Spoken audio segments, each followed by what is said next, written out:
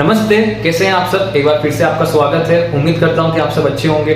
तो अब बीएसटीसी 2025 की काउंसलिंग तो चालू हो चुकी है, पर काउंसलिंग होने के बाद क्या होगा, आपको कॉलेज अलॉट होगा और कॉलेज अलॉट होने के बाद आपको जो कॉलेज है वहां पे रिपोर्टिंग करवानी पड़ेगी कि मेरे ये डॉक्यूमेंट्स हैं, मैं एडमिशन के लिए एलिजिबल हूं। फिर वो आपके डॉक्यूमेंट्स वेरिफिकेशन करेंगे, फिर आपको क्या है एलिजिबल कर देंगे, एडमिशन दे देंगे। तो अब अलॉटमेंट के समय, कॉलेज में रिपोर्टिंग करवाने के समय कौन कौन से डॉक्यूमेंट्स चाहिए उस पर हम आज बात करने वाले हैं। तो देखो, सबसे पहले तो आपको मैं बता दूं क्या होगा। कॉलेज अलॉट होगा कि कॉलेज आपका अलॉट हो गया, काउंसलिंग के जब फॉर्म बंद हो जाएंगे, जो कॉलेज अलॉटमेंट की आपको डेट दे रखी है उस दिन आप जाना वेबसाइट पे, एक ऑप्शन आएगा कि हाँ अलॉटमेंट स्टेटस, वहां पे आप देखोगे आपको कॉलेज अलॉट हुआ होगा तो वहां पे दिखा देगा। ठीक है, तो कॉलेज अलॉटमेंट होने के बाद क्या होगा, नेक्स्ट प्रोसेस क्या होता है, रिपोर्टिंग। ठीक है, रिपोर्टिंग करवानी है डॉक्यूमेंट्स ले जाके कॉलेज में। ठीक है, पर इससे पहले अलॉटमेंट के बाद जो आपको कॉलेज अलॉट हुआ है वहां पे लिखा होगा कि ये कॉलेज आपको अलॉट हो चुका है, वहां पे आप रिपोर्टिंग करवाएं। तो उससे पहले आपको क्या करना पड़ेगा, कुछ डॉक्यूमेंट अपलोड करने पड़ेंगे वेबसाइट पे और फीस भी जमा करवानी पड़ेगी। ठीक है, ठीक है ना। और वैसे तो जो आपका अलॉटमेंट लेटर आएगा ना, कॉलेज अलॉटमेंट का जो लेटर आएगा उस पर सब डॉक्यूमेंट्स लिखे होंगे कि क्या क्या चाहिए। ठीक है, पर फिर भी मैं आपको एडवांस में बता देता हूँ। ठीक है, तो अब अपलोड क्या क्या करना है। तो देखो, सबसे पहले तो आपको फीस जमा करवानी है, जो कि क्या है 13,555 फीस है। ठीक है, तो ये फीस बहुत से लोग क्या करते हैं कि खुद फोन से जमा करते हैं। तो देखो, बड़ा अमाउंट है, फोन से आप मत करना। जो आप ये फीस जमा करवाओगे ई मित्र से करवाना। ठीक है, और ई मित्र पे जब आप ये सब अपलोड करो तो एक बार अच्छे से देखना। ठीक है ना, क्योंकि कुछ गलती हो गई ना, मानो यहाँ पे मार्कशीट है तो मार्कशीट कौन कौन सी अपलोड होगी, 10th की और एंड 12th की। ठीक है, दोनों की मार्कशीट अपलोड होगी। तो अगर आपने 12th की जगह 10th की कर दी और 10th की जगह 12th की कर दी, अदला बदली कर दी, तो जब आप कॉलेज में रिपोर्टिंग करवाने जाओगे वो आपका रिजेक्ट कर देगा। फिर आपको वापस काउंसलिंग में ये सब अपलोड करवाना पड़ेगा सही से और वापस रिपोर्टिंग करवानी पड़ेगी। आपके 3 बार चक्कर हो जाएंगे। ठीक है, इसलिए थोड़ा सा ध्यान से देख कर करवाना। ठीक है, ये मित्र में तो मार्कशीट कौन सी चाहिए, 10th की चाहिए, 12th की चाहिए। ठीक है, फिर है हैंड रिटन डिक्लेरेशन। ये क्या है, कंफ्यूज नहीं होना, यहाँ पे कुछ नहीं है, डिक्लेरेशन है ना। जो आप जब अपलोड करोगे तो वहां पे एक छोटी सी चीज लिखी होगी कि ये सब अपलोड कर रहा हूँ मेरी सहमति से है, मेरे कुछ गलत नहीं है, ऐसा कुछ होगा जो आपको लिखना होगा। ये मित्र वाला आपके लिखे हुए को स्कैन कर लेगा और अपलोड कर देगा फोटो के तौर पे। ठीक है, तो ये भी हो जाएगा, कोई दिक्कत नहीं है। पासपोर्ट साइज फोटो, आपको पासपोर्ट साइज फोटो अपलोड करनी है। ठीक है ना, अपनी कोई दिक्कत नहीं है यहाँ पे भी। फिर सर्टिफिकेट, सर्टिफिकेट में क्या है, मूल निवास पत्र है ना, मूल निवास। तो मूल निवास तो हमारा क्या है, एक बार ही बनता है। आपको पता है कि मूल निवास तो हमारा क्या है, एक बार ही बनता है। ठीक है ना, तो वही आपका मूल निवास चल जाएगा, कितना भी पुराना हो। फिर है आपका जाति प्रमाण पत्र। क्या है, जाति प्रमाण पत्र। ठीक है, जाति प्रमाण पत्र आपको करना पड़ेगा अपलोड। ठीक है, अब जाति प्रमाण पत्र देखो, SC ST, जहां तक मेरे को पता है जनरल, इनको क्या है एक बार बन गया तो वो चल जाता है, बार बार बनाने की जरूरत नहीं होती। पर क्या होता है ओबीसी में, ओबीसी में नॉन क्रीमी लेयर और क्रीमी लेयर होती है। ठीक है ना, तो आपको अगर आप नॉन क्रीमी लेयर में हो तो आपको क्या करना पड़ता है, हर साल में आपको जाति प्रमाण पत्र नया बनवाना पड़ता है। आपका जो आय प्रमाण पत्र है पिताजी का, वो आपको करके वापस नया जाति प्रमाण पत्र बनवाना पड़ता है। तो ओबीसी वालों को क्या है कि अभी नया बनवाया होगा आपने, आपको पता होगा, तो 1 साल तक ही चलता है, तो 1 साल तक पुराना ही जाति प्रमाण पत्र यहाँ पे चलेगा। ठीक है ना, फिर आपको ये करना है, जाति प्रमाण पत्र हो गया, मूल निवास हो गया, पासपोर्ट साइज फोटो हो गया, हैंड रिटन डिक्लेरेशन हो गया, मार्कशीट हो जाएगी 10th और 12th की, और फीस है जो 13,555 ये हो जाएगी। ठीक है, अब आते हैं आधार कार्ड पे। ठीक है, तो कुछ डॉक्यूमेंट हो सकता है कि आपको करवाने पड़े इस बार। आधार कार्ड आप लेके जाना, साथ में जन आधार कार्ड भी लेके जाना। ठीक है ना, वैसे तो नहीं मांगेंगे पर मांग ले तो जन आधार कार्ड और बैंक की पासबुक। ठीक है, ठीक है, तो अब आपको कौन कौन से जो डॉक्यूमेंट्स है वो अपलोड करवाने हैं। फीस जमा करवानी, फीस जमा करवाने के बाद मार्कशीट 10th और 12th की, हैंड रिटन डिक्लेरेशन वहीं पे लिख के मित्र वाला कर देगा, कोई दिक्कत नहीं है। लिखना तो आपको ही है, वो फोटो खींच के वो स्कैन करके कर देगा।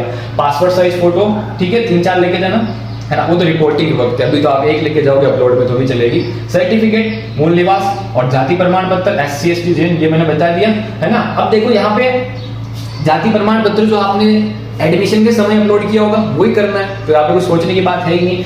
पर अगर वहां पे आपने पुराना किया हो, यहाँ पे नया किया हो, तो ऐसी कोई दिक्कत नहीं आएगी। तो फिर है आधार card, Jan Aadhaar card, bank passbook, ये तीनों चीजें आप लेके जाना, ये भी मांग सकते हैं अपलोड में। तो ये हो गया कि आपको अपलोड के समय क्या करना है। ठीक है, अब इसके बाद क्या, अपलोड करने के बाद आपको रिपोर्टिंग करवानी, वहां क्या क्या डॉक्यूमेंट्स चाहिए मैं आपको बताता हूँ। तो अब हम बात करते हैं कि रिपोर्टिंग के समय कॉलेज में जब आप रिपोर्टिंग करवाने जाएंगे तो उस समय आपको कौन कौन से डॉक्यूमेंट्स लेके जाने हैं, है ना। पर सबसे पहले क्या होगा कि आपका कॉलेज अलॉटमेंट होगा। कॉलेज अलॉटमेंट होने के बाद आपको डॉक्यूमेंट्स अपलोड करवाने पड़ेंगे, फीस जमा करवानी पड़ेगी, है ना, वेबसाइट पे जाके ऑफिशियल वाली पे। फिर आपको कॉलेज रिपोर्टिंग करवाने जानी है। फिर कॉलेज रिपोर्टिंग होने के बाद वो क्या है, आपका वेरीफाई कर देंगे कि आपका एडमिशन हो गया है। उसके बाद क्या होगा, वेबसाइट पे एक ऑप्शन आएगा प्रोविजन एडमिशन स्लिप, उस पे जाके आपको लॉगिन करना है। वो एडमिशन स्लिप आपको जो है डाउनलोड कर लेनी है, उसकी 3 फोटोकॉपी करवानी। कितनी? 3 फोटोकॉपी करवाओगे, एक आप अपने पास रखोगे, ठीक है, बाकी 2 आपके कॉलेज में जमा हो जाएगी, वो आपसे मांग लेंगे, ठीक है। तो ये सब क्लियर है, इसके बारे में और बात करेंगे। पर अभी हमने किसकी बात करी थी कि अपलोड करवाने हैं। तो देखो अपलोड करवाओगे ना, उसमें कोई दिक्कत नहीं होगी, सिंपल सा टास्क है। बस आपको एक चीज ध्यान रखनी है कि आप गलत अपलोड ना कर दो, कि जाति वाले में मूल अपलोड ना कर दो, मूल निवास वाले कॉलम में जाति अपलोड ना कर दो, क्योंकि ये दोनों सेम दिखते हैं। 10th और 12th की मार्कशीट भी सेम दिखती है, आप अदला बदली में अपलोड ना कर दो, ये मित्र वाला जल्दी जल्दी में ना कर दे। इसलिए एक बार आप रीचेक करना, है ना, बाकी कोई दिक्कत आपको नहीं होगी। अब आते हैं कॉलेज रिपोर्टिंग पे क्या क्या करना है। तो देखो कॉलेज रिपोर्टिंग जो होगी उस समय क्या होगा, जब आप वेबसाइट पे गाइडलाइंस आएंगी ना, तो वहां पे भी डॉक्यूमेंट्स की लिस्ट आएगी, वहीं से आप देख सकते हो।